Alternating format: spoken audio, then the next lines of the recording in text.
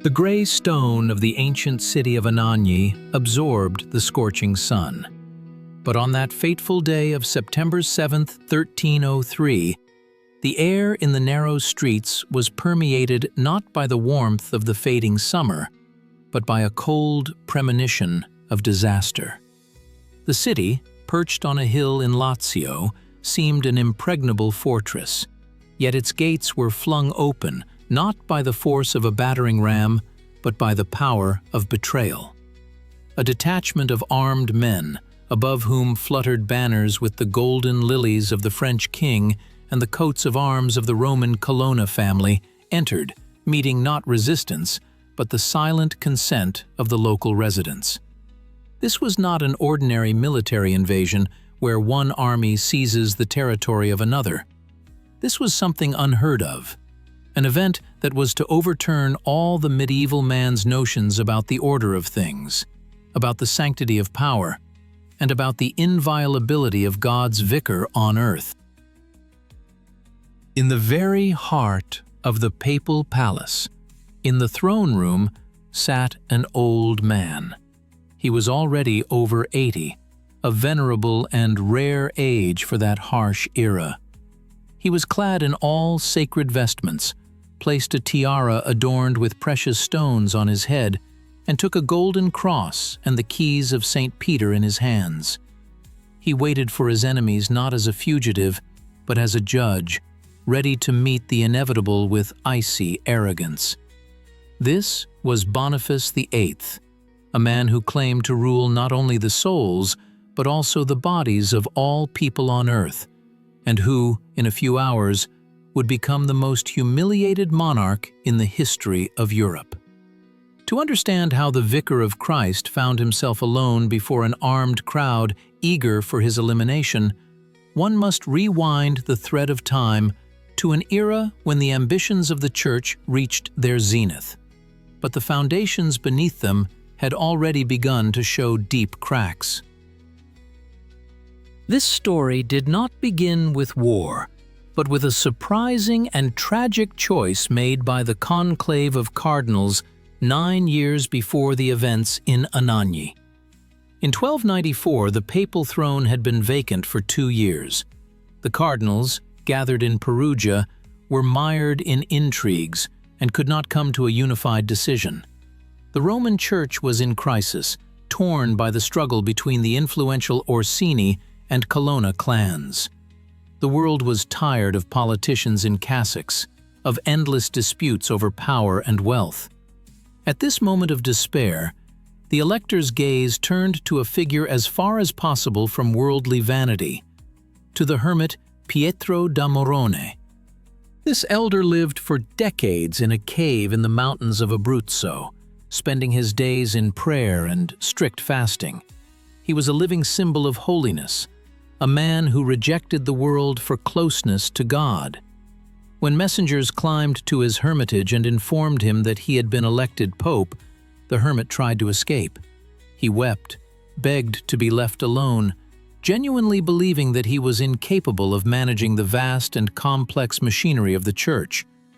But the cardinals, driven either by a sudden enlightenment or by a cold calculation that a holy simpleton would be easy to control, insisted. Pietro da Morone descended from the mountains on a donkey, like Christ entering Jerusalem, and took the name Celestine V. The people rejoiced. It seemed that the era of the angelic pope, of whom prophecies spoke, had arrived, a time when the Church would return to evangelical poverty and purity. However, reality proved harsh. The hermit's holiness was completely incompatible with the harsh demands of governance. Celestine V got confused with documents, signed blank forms, gave the same privileges to different people, and allowed King Charles II of Naples to manipulate him. In the shadow of this holy chaos, observing every blunder of the naive elder, stood a man of an entirely different disposition, Cardinal Benedetto Gaetani. He was a brilliant lawyer, a master of canon law, a diplomat with a sharp mind and an even sharper tongue. Gaetani was flesh of the Roman aristocracy, a man for whom power was a natural habitat. He saw that Celestine's rule was leading the church to administrative collapse. And then, in the corridors of the palace, a plan began to unfold that would later become shrouded in legends and curses. History has preserved grim rumors that Gaetani, exploiting the old pope's gullibility, made a hole in the wall of his bedroom and whispered through a tube at night, imitating the voice of God or angels, urging Celestine to abdicate the throne for the salvation of his soul. Whether this quote one was real or merely a later invention of Gaetani's enemies is difficult to say, but the fact remains. The cardinal used all his legal skill to prove to the pope the legality and even the necessity of abdication. He convinced the tormented elder that governing the church was ruining his holiness, that returning to the cave was the highest good. On December 13, 1294, something unheard of occurred.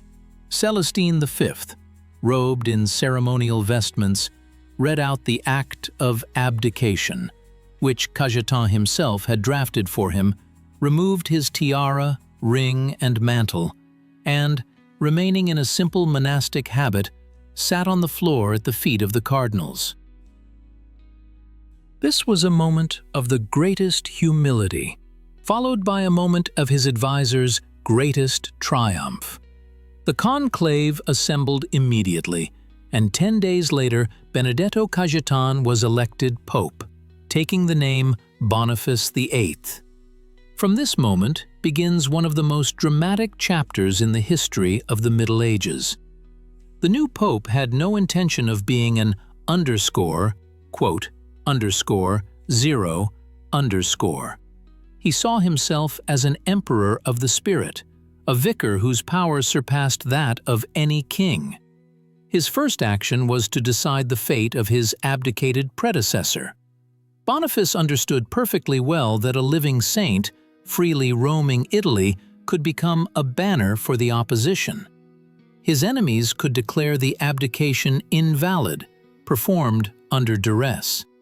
Therefore, the old hermit, who only dreamed of returning to his quiet cave, was seized on the orders of the new pope. Pietro da Morone attempted to flee, striving to cross the Adriatic Sea to Greece, but a storm returned his ship to the shore, where Boniface's soldiers awaited him. The former pope was imprisoned in a cramped cell in Fumone Castle. The conditions of detention were harsh, especially for a man of advanced age, accustomed to mountain air, not the dampness of a stone sack. 10 months later, he died. The official version stated that the cause was natural decline, but rumor immediately accused Boniface of eliminating a rival. Later, during the examination of the remains, a hole resembling a nail mark would be found in Celestine's skull, giving rise to centuries-old disputes. Was it the consequence of illness or a cruel reprisal? One way or another, the shadow of this event cast a dark stain on Boniface's entire reign, a stain that could not be washed away by holy water or papal bulls. Having eliminated, as he thought, the main threat to his legitimacy, Boniface VIII proceeded to implement his grand vision. He was a man of turbulent temperament, intolerant of objections. Contemporaries described him as a majestic but frightening figure. His face would turn purple with rage at the slightest disobedience, and curses would pour from his lips as easily as prayers. His main goal was to assert the absolute supremacy of the Pope over secular rulers. The world was changing. Strong national states, France and England, were replacing feudal fragmentation, whose monarchs no longer wanted to see the Pope as a supreme suzerain, but merely a spiritual leader who did not interfere in matters of treasury and court. Boniface, however, thought in terms of the previous century, the era of Innocent III, when popes could depose emperors with a single word. This gap between the pontiff's ambitions and the reality of the new Europe became the ground for a conflict that would shake the foundations of the Christian world. But before clashing with kings, Boniface waged war within his own house. His enemies were the cardinals of the powerful Colonna family, Giacomo and Pietro. The conflict began with a seemingly mundane incident. A cousin of the cardinals robbed a papal convoy carrying gold. But Boniface turned this into total war.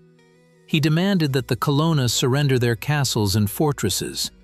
When they refused and questioned the legitimacy of his election, recalling Celestine's fate, the Pope responded with the fury of an Old Testament prophet. He excommunicated them, confiscated all their property, and declared a crusade against them. This was a shocking turn. Crusades were traditionally declared against infidels or heretics, but here the sword of holy war was raised against the oldest Roman family, against cardinals of the Church. The Pope's troops besieged the city of Palestrina, the ancestral home of the Colonna. After a long siege, the city surrendered under a promise of clemency, which Boniface gave, following the advice of the cunning general Guido da Montefeltro. Promise much, perform little. As soon as the gates opened, the Pope ordered Palestrina to be razed to the ground, a plow to be run over its ruins, and salt to be sown into the earth so that nothing would grow there again, just as the Romans had done to Carthage. The Colonna family fled to France, carrying in their hearts a burning hatred and thirst for revenge, which would soon play a decisive role in the pontiff's fate. At the same time, Boniface's gaze turned to Florence, the wealthiest city of Tuscany, which was seething with internal strife between two factions of Guelphs, the black and the white. The white Guelphs, to whom the great poet and politician Dante Alighieri belonged, advocated for moderate policies and the city's independence from excessive papal influence. The black Guelphs, consisting predominantly of the old aristocracy and bankers closely connected with the Curia, were ready to place the city under the complete control of Rome for the sake of victory over their rivals. Boniface saw in Florence not just a city, but a source of immense financial resources necessary for his grandiose plans. He sent Cardinal Acquasparta to the city under the guise of a peacemaker, but in reality, to support the blacks. When the white Guelphs, including Dante, resisted this pressure, the Pope resorted to the help of the French prince Charles of Valois. Valois' troops entered Florence, and under their cover, the black Guelphs staged a coup, accompanied by pogroms, arsons, and the expulsion of political opponents. For Dante Alighieri, this became a personal tragedy, dividing his life into before and after. He was in Rome as part of a diplomatic mission, trying to negotiate with the Pope, when he learned that he had been sentenced in his homeland, exile, confiscation of property, and, if he returned, burning at the stake. Boniface VIII became Dante's personal enemy, the embodiment of everything evil and corrupt in the Church. The poet lost everything: his home, his family, his status as a citizen. He became a wanderer, a quote, "two who knew the bitterness of foreign bread." But it was this pain that gave birth to brilliant lines. In his quote, 3, Dante prepared a terrible revenge for Boniface, more lasting than any military defeat. In the 19th canto of quote, 4, traveling through the circles of hell, Dante meets Pope Nicholas III, who, buried headfirst in a burning pit, mistakes Dante for Boniface and cries, quote, 5. With this device, the poet placed his enemy in hell while he was still alive, accusing him of simony, the selling of church offices, and predicting eternal torments for him. For the medieval mind, this was not just a literary device, but a powerful blow to reputation. However, the main conflict that led to Boniface's downfall unfolded not in Italy, but on the international stage. His opponent was King Philip IV of France, nicknamed the Fair. He was a new type of monarch, cold, calculating, unemotional, surrounded not by knights, but by legists, lawyers of humble origin, devoted only to the idea of the absolute power of the king. Philip waged wars with England and needed money, a lot of money, and he turned his gaze to the richest institution in his kingdom, the church. The king imposed a tax on the clergy without the pope's permission. For Boniface, this was a direct infringement on his prerogatives. In 1296, he issued a bull in which he categorically forbade secular authorities from taxing the church, and clerics from paying such taxes under pain of excommunication. Philip's response was brilliant in its simplicity and cruelty. He forbade the export of gold and silver from France. The papal treasury, largely dependent on French revenues, instantly emptied. Boniface was forced to retreat, but only temporarily. His ambitions demanded revenge. In 1300, he announced the first Jubilee year in history. It was a brilliant marketing and political move. Hundreds of thousands of pilgrims flocked to Rome to receive absolution for their sins. The city filled with people and money. Chroniclers wrote that clerics stood at the altars with rakes, raking in the coins thrown by the faithful. Intoxicated by this success, seeing crowds chanting his name, Boniface finally believed in his invincibility. According to legend, he appeared before the people with two swords, symbolizing spiritual and secular power, and exclaimed, "I am Caesar, I am emperor." The conflict with France flared up anew when royal officials arrested a French bishop on charges of treason. Boniface demanded his release and summoned the king to a trial in Rome.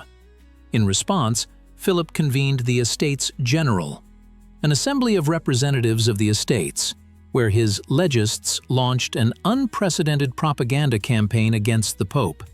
They circulated fake, crude letters, allegedly written by the Pope, to incite popular anger.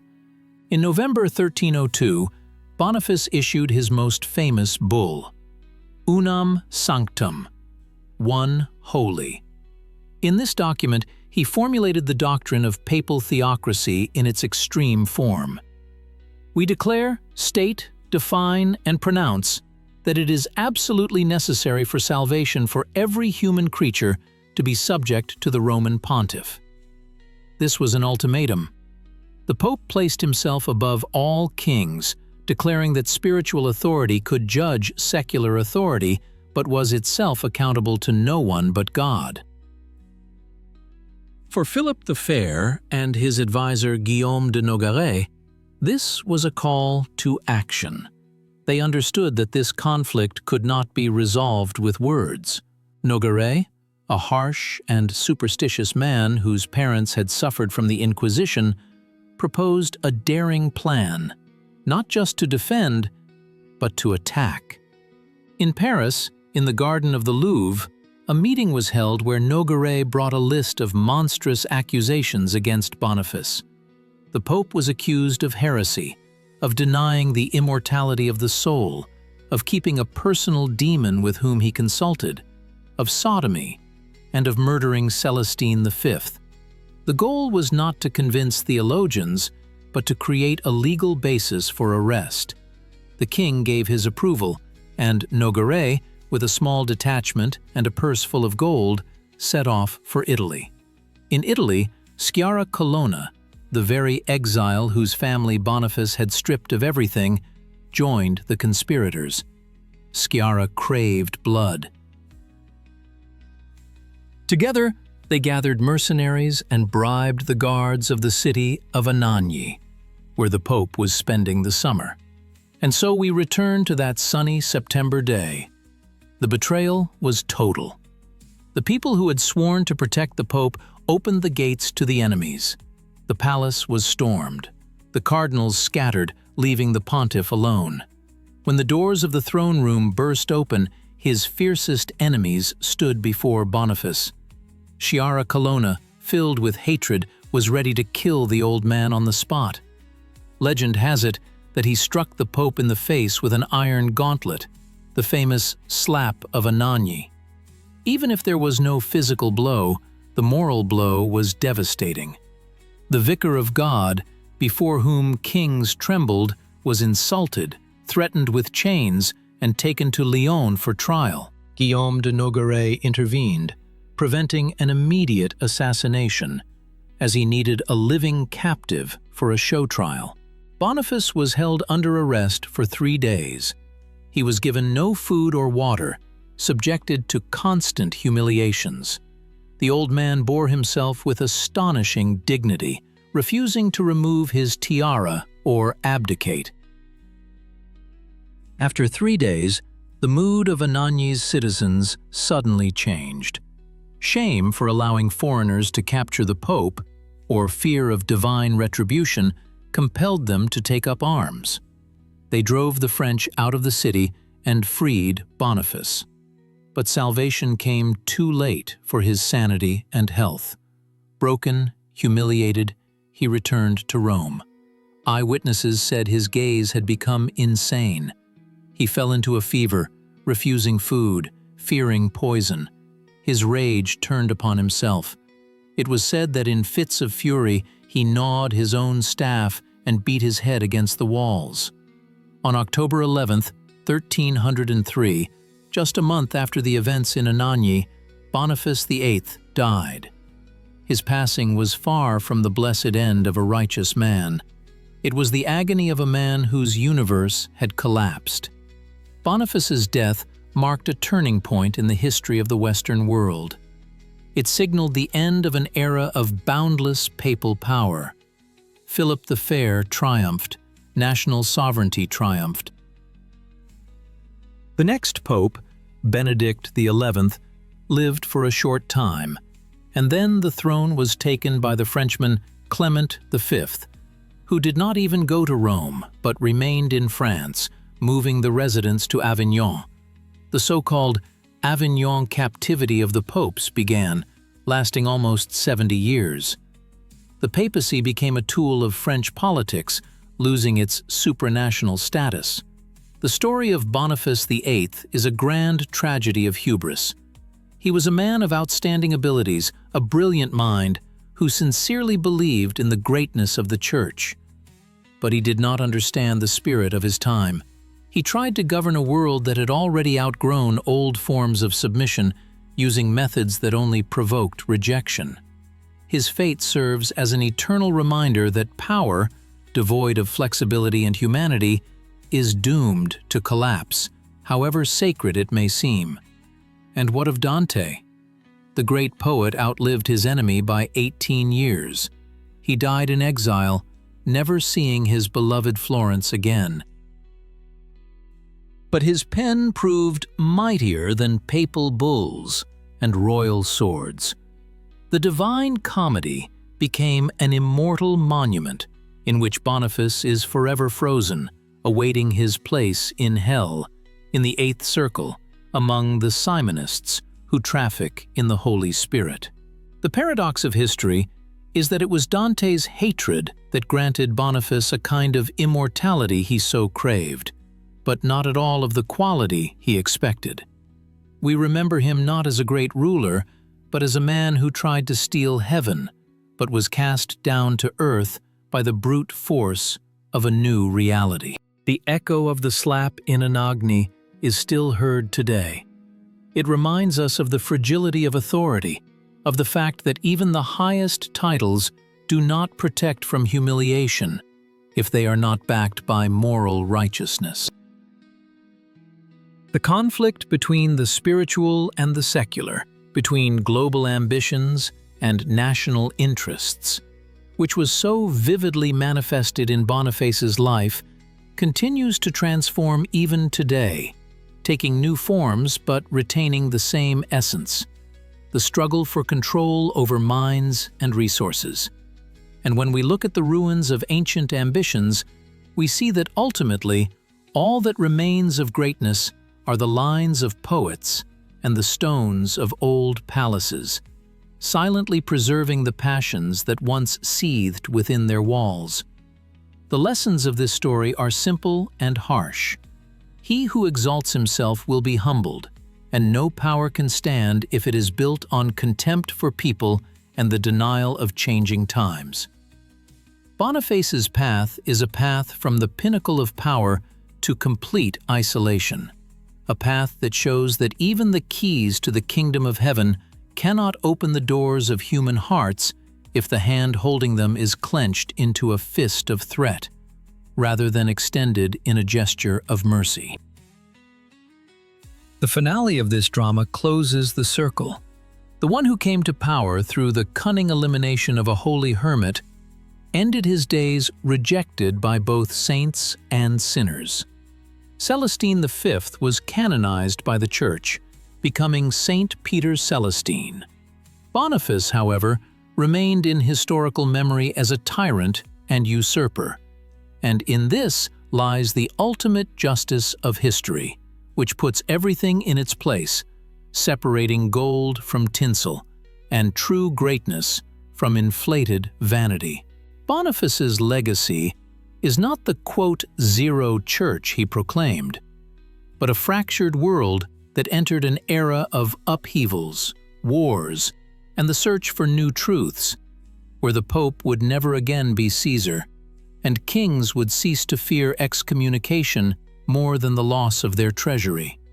This was the end of the Middle Ages and the painful birth of the modern era, delivered through the torments of one of the most controversial men ever to wear the fisherman's ring. We close this page of history, but the questions it raises remain open. How far can one go in the pursuit of a good goal? Where is the line between a leader's firmness and tyranny? And what remains of a person when their regalia are stripped away? Boniface VIII gave his answers, and their price proved exorbitantly high. His life became a warning to all subsequent rulers. He who tries to stop the course of time will inevitably be crushed by its wheels. And all that remains for us is to gaze into these distant events, trying to discern in the mirror of the past the reflection of our own passions and mistakes.